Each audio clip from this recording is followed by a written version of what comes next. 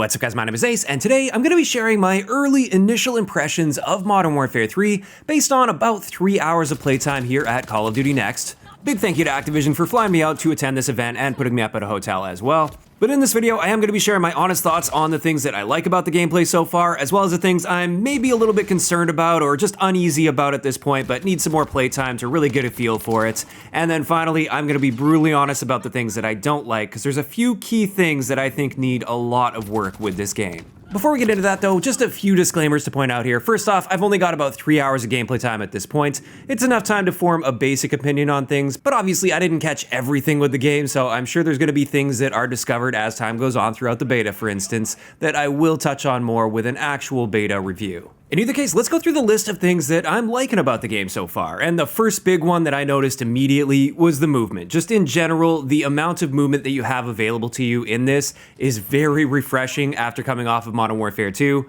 The slide cancel is back, it feels really nice. I think they found a nice middle ground with this. It isn't overboard like Modern Warfare 2019. There is a little bit of a delay after the slide cancel. Like you can shoot your gun, but you don't go immediately into attack sprint, for instance, the moment you finish your slide cancel, and I think that's a fair compromise. Additionally, the slide to fire was very quick, so you could actually engage in a gunfight aggressively while sliding. Obviously, you'd be very inaccurate while doing so, but it does give you that tool in your arsenal that you could use in the right situation. Then mantling over objects, that seems to be very quick in this compared to Modern Warfare 2. Strafe speeds also seem a little bit better. They're not quite as fast as a lot of like the old school Call of Duty games, like the original Modern Warfare 3 with the Stalker perk, for instance. Even if you're using the Stalker boots in this Call of Duty, which is kind of the similar thing, you're not going to get quite the same strafe speed that we used to get back in the day, but overall it definitely feels faster than Modern Warfare 2, so again, just another tool in an aggressive player's arsenal. And on that note, I want to talk about jump shotting just a little bit. With this, it seems like jump shotting is effectively the same as Modern Warfare 2,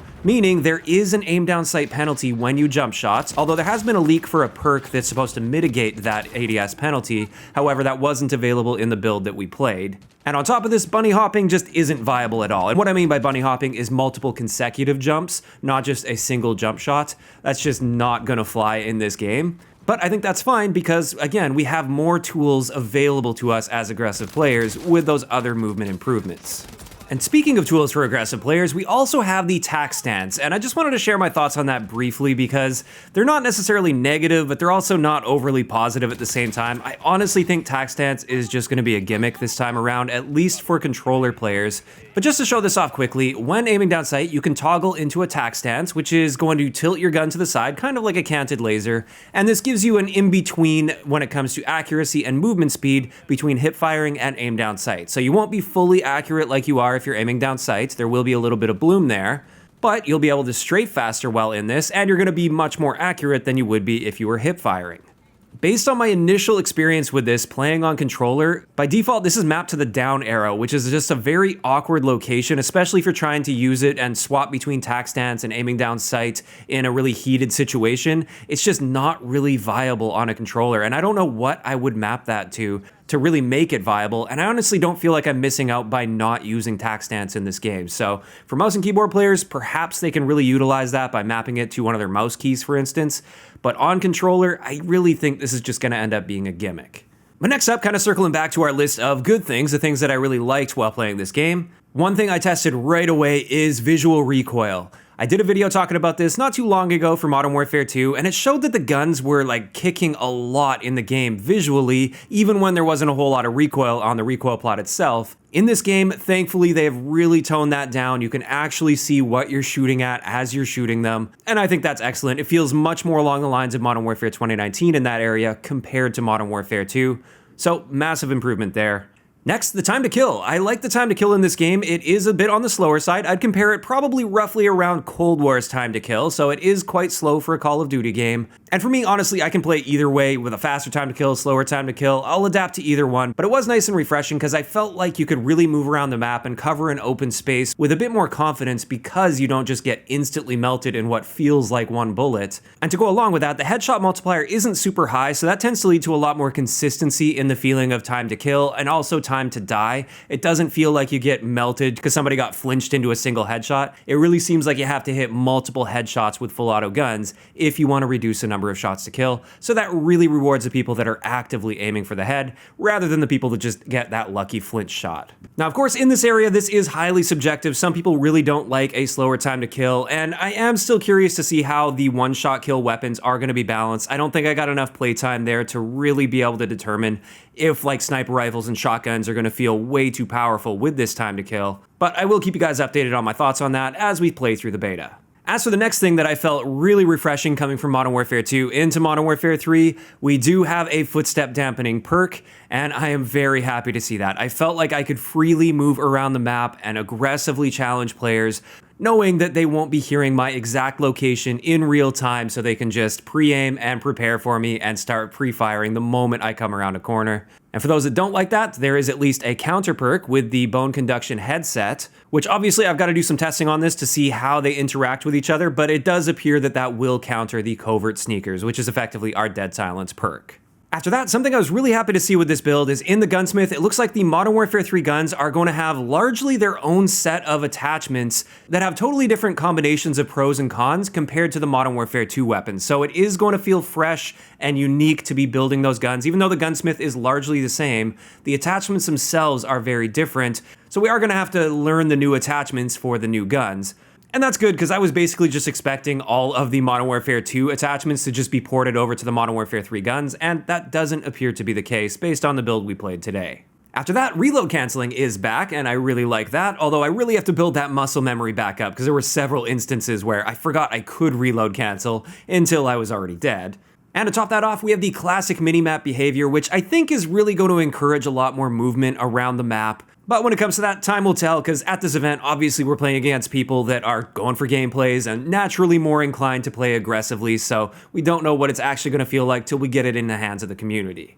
But on top of that, there's also no sign of any UAV bug anywhere, and that is refreshing after being stuck with a very serious UAV bug for about 3.5 months now with Modern Warfare 2. And then finally, for the things that really stood out on my good list here, I was actually really pleasantly surprised by 3v3v3, or Cutthroat is what it's going to be called. This is a multi-team mode, so there's 3 different teams of 3, and it plays like gunfight essentially. It's elimination up until a time limit, and once that time limit reaches, it unlocks a flag to be captured.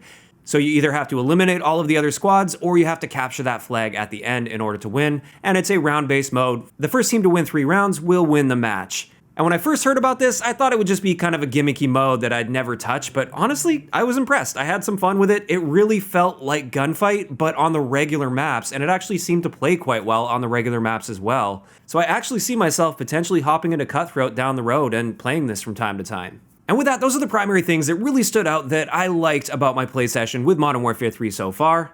Now let's talk about some of the things that I either didn't like or I'm just not too sure about and maybe a little bit skeptical about at this point, but I want to get some more playtime with it. And the number one big thing that unfortunately didn't play too well in my limited experience, this is the spawns. While I didn't get too many games in to really figure out the spawns, I was noticing a ton of mid-map spawn locations, and it was very often that I was spawning mid-map or I was catching people that were spawning mid-map. And I'm personally not a fan of that at all. There often wasn't a clear distinction as to this is my side of the map, that's your side of the map. And that just creates a messy experience where map control doesn't really matter all that much. Now, as far as the logic itself, I don't know if this is a squad spawn style system. I don't know if it's anchoring to teammates super heavy, or if it's just an issue where the mid-map spawns are prioritized way too heavily. All I can say is I definitely wasn't happy with the state that the spawns were in, and I think this is an area that definitely is going to be needing some work. And that is unfortunate because spawns are a very important part of the game.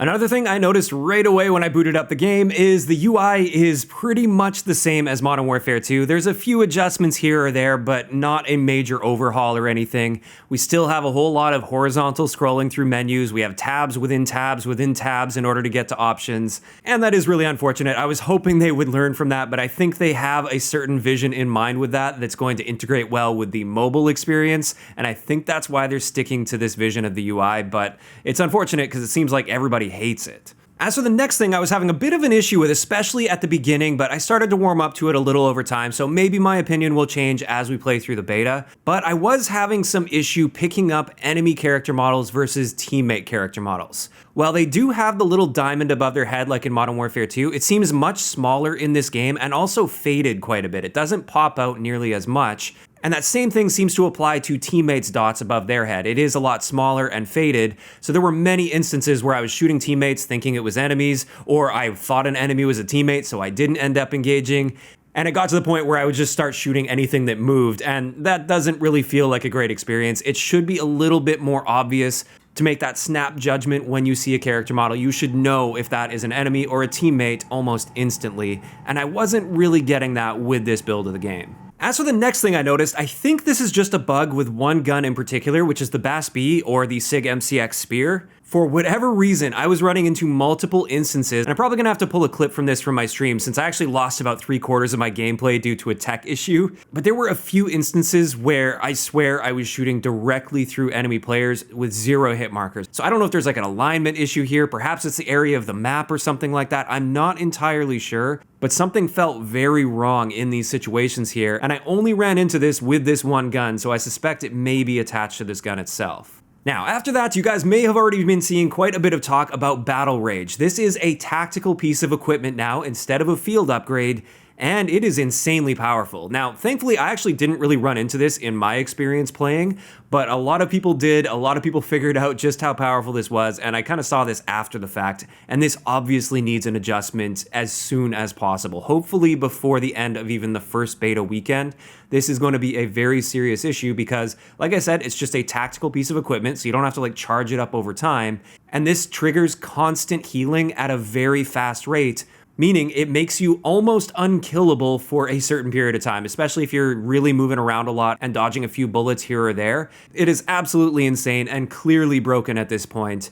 And I think with this, they just need to make a bit of an adjustment, have a little bit of a delay there, that way they don't have constant healing, but still have it so it heals you much faster than the standard healing time. In either case, this should be a very quick and easy adjustment for them. I think they can probably even just do this with a hotfix, so I'm hoping we see a change to this, maybe even before the beta goes live, who knows, but this needs to be taken care of quite quickly. Next up, just a couple little things that I noticed. These aren't deal breakers by any means, but some nice quality of life things that I would like to see. First off, there was no sign of any streak counter. I actually ended up going on a, I think 24 kill streak, but I think it's a 24 kill streak, I'm not too sure, while using the Juggernaut Recon on Favela. And I was hoping we'd see that kill counter come back, but it's not there. So if that's something that they're looking for feedback on and maybe thinking about adding, I would love to see that added to the game. And another little thing that we've been dealing with in Modern Warfare 2 throughout the life cycle, again, super minor, this isn't a big deal by any means, but on the top right of the screen where you have all the notifications that pop up when someone's on a 5 kill streak or they call a UAV in or whatever they might be doing, I would love to see their calling card pop up at that point. That would add a bit more value to the calling card itself. As of right now, all it does is show their name as well as the notification for what they did. And the only time I was really seeing calling cards is if somebody kills you, you end up seeing their calling card. So super minor thing, but it's little things like this that can really add up to just filling out the experience a bit more and creating a bit more of a community feeling and some rivalries in the game perhaps.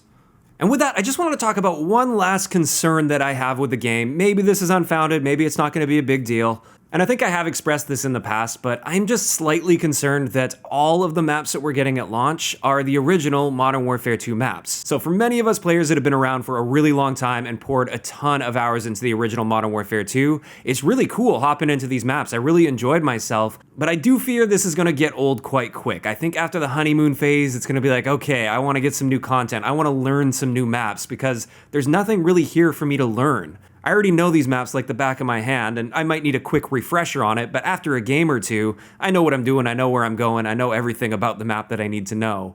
So I'm really hoping that we get some solid post-launch support here with good original maps coming to the game, with Season 1 especially.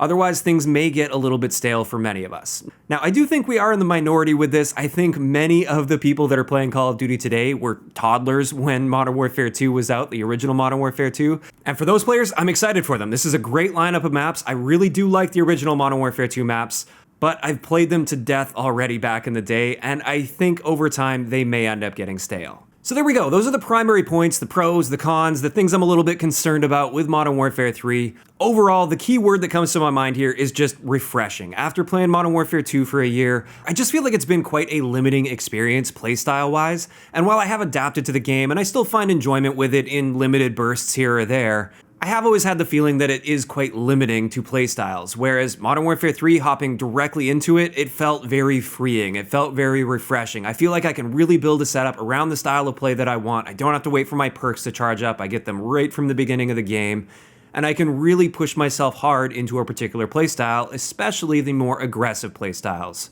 So for me, as somebody that tends to like playing a bit more on the aggressive side, this is going to be a significantly better game than Modern Warfare 2. Now, at the end of the day, is this the biggest leap forward from one Call of Duty to the next? No, not at all. This is more like a Modern Warfare 2.5, but I don't think that's necessarily the worst thing in the world. Modern Warfare 2, I've always said, has good bones to it, but just a pile of terrible gameplay design decisions that I really don't like and don't agree with, and I do feel like Infinity Ward has been quite stubborn with many of those. Whereas Modern Warfare 3, it just feels like an optimized version of Modern Warfare 2 that's built with community feedback in mind. So they are taking a lot of the good parts of Modern Warfare 2 and bringing that forward into Modern Warfare 3, and there is going to be a whole lot of familiar elements here. In many ways, it's going to feel a lot like Modern Warfare 2. However, the general gameplay, the gunplay, it all feels very optimized. It feels quite a bit different, and I do think we're going to be seeing a whole lot more playstyle variety as well as a lot more movement in this game compared to Modern Warfare 2.